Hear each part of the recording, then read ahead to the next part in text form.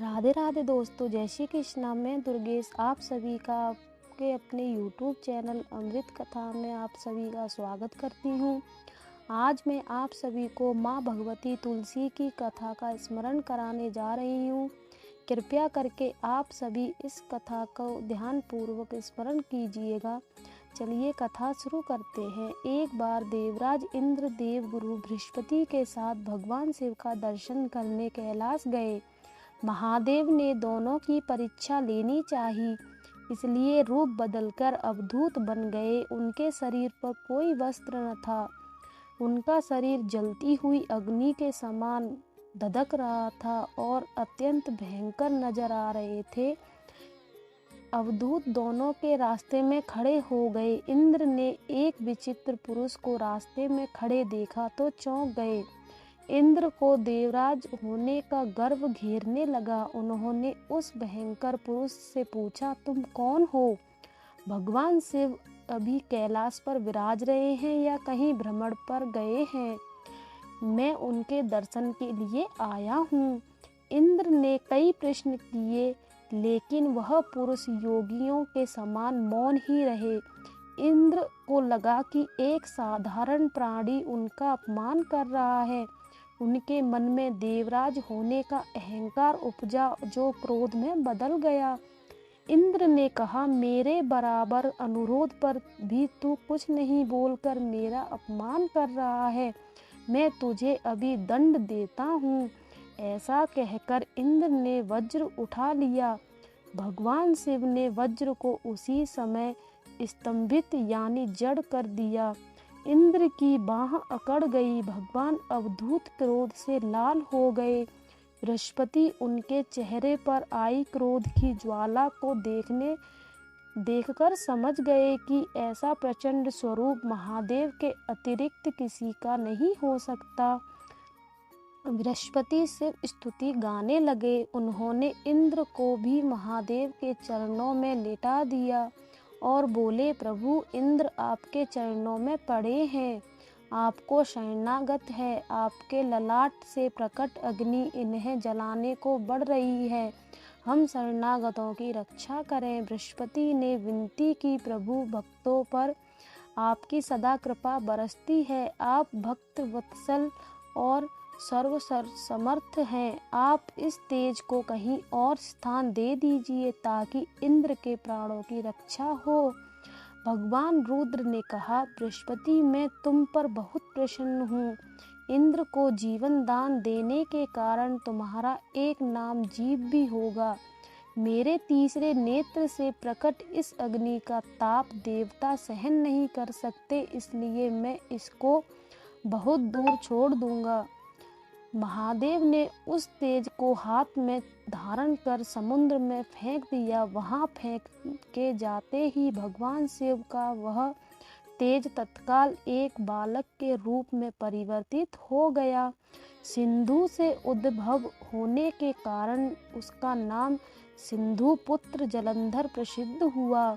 जलंधर जिसका नाम शंखचूड़ भी हुआ, शिव के तेज से उत्पन्न हुआ था। इस कारण परम शक्तियों से संपन्न था। वह देवों से भी ज्यादा शक्तिवान था।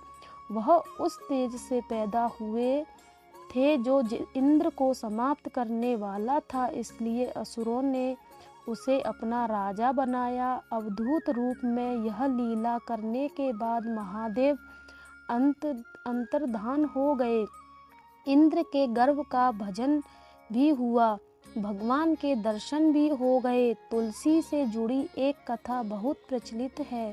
श्रीमद् देवी भागवत पुराण में इसके अवतार की दिव्य लीला कथा भी बनाई गई है। एक बार शिव ने अपने तेज को समुद्र में फेंक दिया था। उससे एक महातेजस्वी बालक ने जन्म लिया। यह बालक आगे चलकर जालंधर के नाम से पराक्रमी दैत्य राजा बना। इसकी राजधानी का नाम जालंधर नगरी था। दैत्यराज कालनेमी की कन्या वृदा का विवाह जालंधर से हुआ। जालंधर महाराक्षस था। अपनी सत्ता के मध्य में चूर उसने माता लक्ष्मी को पाने की कामना से युद्ध किया।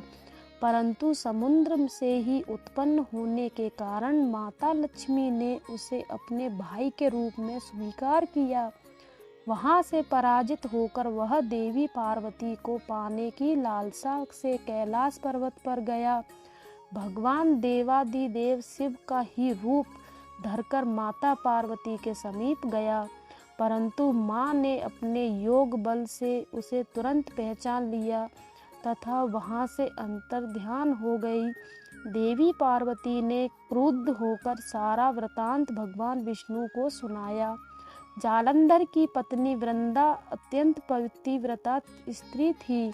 उसी के पतिव्रत धर्म की शक्ति से जालंधर न तो मारा जाता था और न ही पराजित होता था। इसलिए जालंधर का नाश करने के लिए वृंदा के पतिव्रत धर्म को भंग करना बहुत जरूरी था।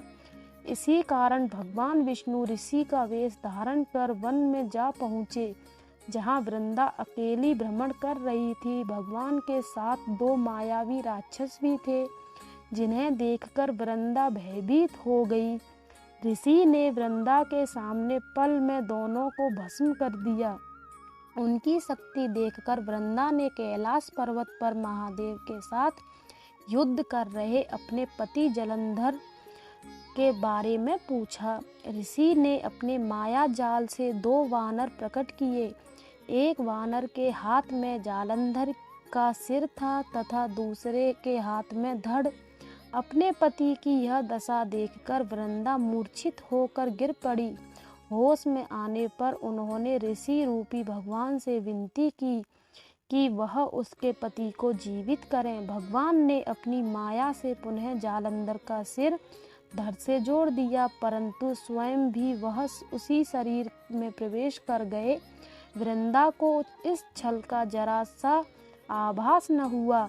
जालंधर बने भगवान के साथ वृंदा पतिव्रता का व्यवहार करने लगी, जिससे उसका सतीत्व भंग हो गया। ऐसा होते ही वृंदा का पति जालंधर युद्ध में हार गया।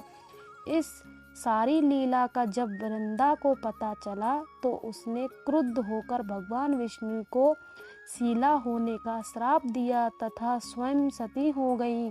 जहाँ वृंदा भस्म हुई वहाँ तुलसी का पौधा उगा।